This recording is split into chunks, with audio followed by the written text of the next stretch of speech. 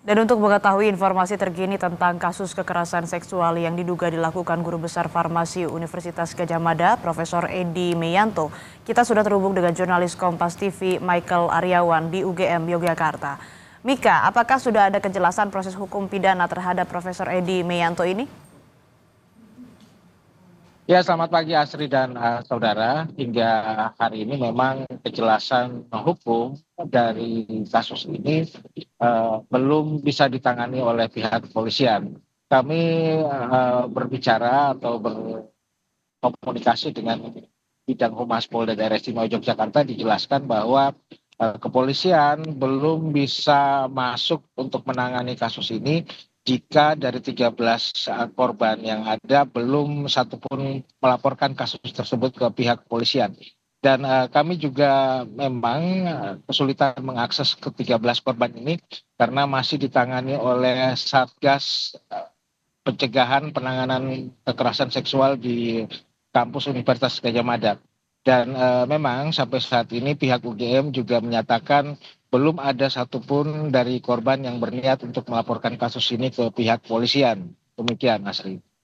Apakah ada atau sudah ada pendampingan bagi korban ini agar mau melapor atau justru polisi yang turun tangan langsung, Mika? Ya, pendampingan sudah dilakukan oleh pihak kampus, namun sebatas pendampingan psikologi, artinya hanya penanganan trauma dari kekerasan seksual yang mereka dapatkan. Sementara untuk pendampingan hukum, hingga hari ini kami belum mendapatkan informasi apakah sudah ada pendampingan hukum untuk maju ke kasus pidana. Namun yang jelas dari pihak kepolisian daerah istimewa Yogyakarta, mereka menyatakan belum ada satupun laporan yang masuk dan mereka pun tidak bisa langsung untuk menangani kasus ini jika tidak ada laporan. Demikian, Mas Ri.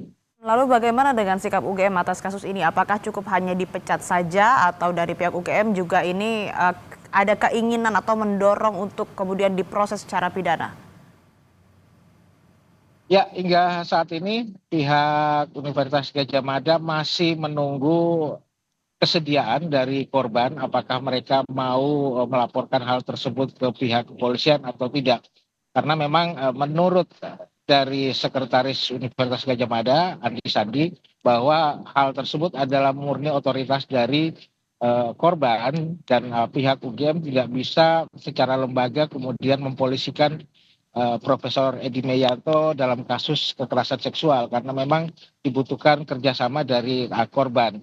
Nah, tapi hingga saat ini UGM masih menyatakan komitmennya bahwa jika kelak nanti ada korban yang akan melaporkan kasus tersebut ke pihak kepolisian, maka UGM akan mendukung sepenuhnya langkah-langkah hukum yang akan ditempuh. Demikian, Asri.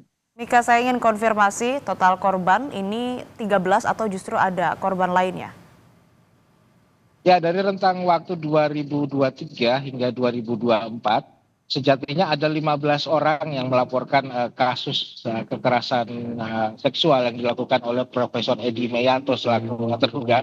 Namun dari penelusuran Satgas PPSKS UGM atau Satgas Pencegahan dan Penanganan Kekerasan Seksual di Universitas Gadjah Mada, bahwa hanya ada 13 korban yang bisa dijadikan korban dalam kasus ini karena memang memiliki bukti-bukti yang kuat. Sementara dua lainnya dianggap belum bisa dimasukkan ke dalam data karena diakui hanya kekerasan verbal semata. Demikian, Asri.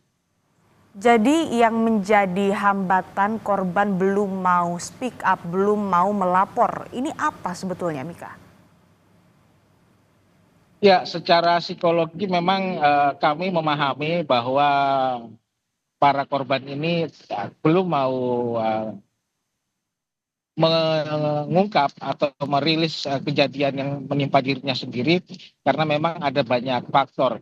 Yang pertama ada kekhawatiran dari mereka bahwa kasus ini kemudian membesar dan mereka akan terjerat masalah, kemudian terjerat dengan masalah akademik, kemudian akan tertunda akademiknya, kegiatan kampusnya juga akan menjadi terhambat.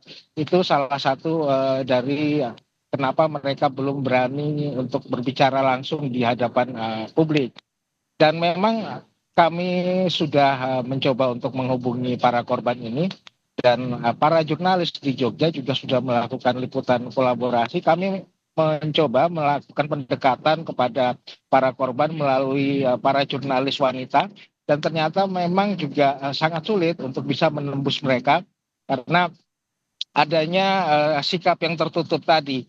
Dan perlu dipahami juga Asri bahwa kejadian ini terjadi di Fakultas Eksakta, artinya di mana mereka yang kuliah di Eksakta justru lebih tertutup dibanding anak-anak yang atau mahasiswi yang kuliah di Fakultas Sosial. Beberapa kasus sebelumnya kejadian sempat terungkap dan sempat dibawa ke kasus ke ranah pidana karena beberapa kejadian menimpa mahasiswi yang berada di Fakultas Sosial. Ini juga salah satu yang menjadi mungkin latar belakang psikologi yang berbeda di antara teman-teman yang berkuliah di bidang eksakta dan juga di bidang sosial yang lebih terbuka. Demikian, Asri. Baik, terima kasih laporan Anda jurnalis Kompas TV Michael Aryawan dari UGM Yogyakarta.